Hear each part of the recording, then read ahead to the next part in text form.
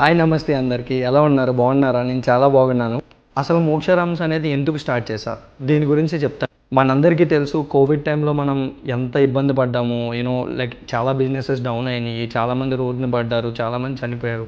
So ఆ టైంలో మనకి చాలా బాధ అనిపించింది.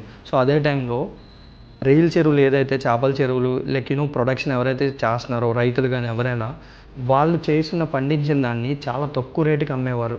ఎందుకు తక్కువ రేటుకి? ఎవరు కొనుక్కునేవాళ్ళు లేక. అక్కడే నాకు అనిపించింది, ఎందుకు వీళ్ళు ఇలా తక్కువ రేటుకి అమ్ముకొని వాళ్ళు మిడిల్ మైండ్స్ ఎక్కువ రేటుకి అమ్ముకుంటారు.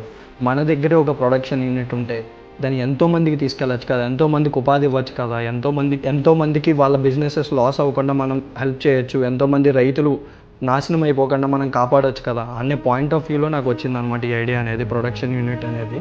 అండ్ రెండో మేజర్ థింగ్ ఏంటో చెప్పనా, ప్రజెంట్ ఉన్న మార్కెట్లో నాన్ వెజ్ పికిల్స్కి ఒక లెక్క లేదు, ఒక ఏదీ లేదు.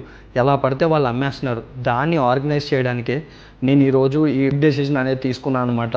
మీ అందరికీ ఏదో నా పికిల్ని కొనేసేయండి లేదంటే నా ఫుడ్స్ని కొనేసేయండి అన్న దానికన్నా నేను ఎక్కువ చెప్పాలనుకున్నది ఏంటంటే, ఇది ఎంతో మంచి ఉద్దేశంతో అందరి ముందుకి తీసుకురావాలని చెప్పేసి నేను చాలా కష్టపడుతున్నా. సో నాకు మీ సపోర్ట్ అనేది చాలా ఇంపార్టెంట్ అనమాట. మీరు అందరి సపోర్ట్ నాకు ఉంటుందని ఆశిస్తున్నా. థ్యాంక్ యూ సో మచ్ అండి ఇప్పటివరకు ఎవరైతే సపోర్ట్ చేశారో. జై హింద్.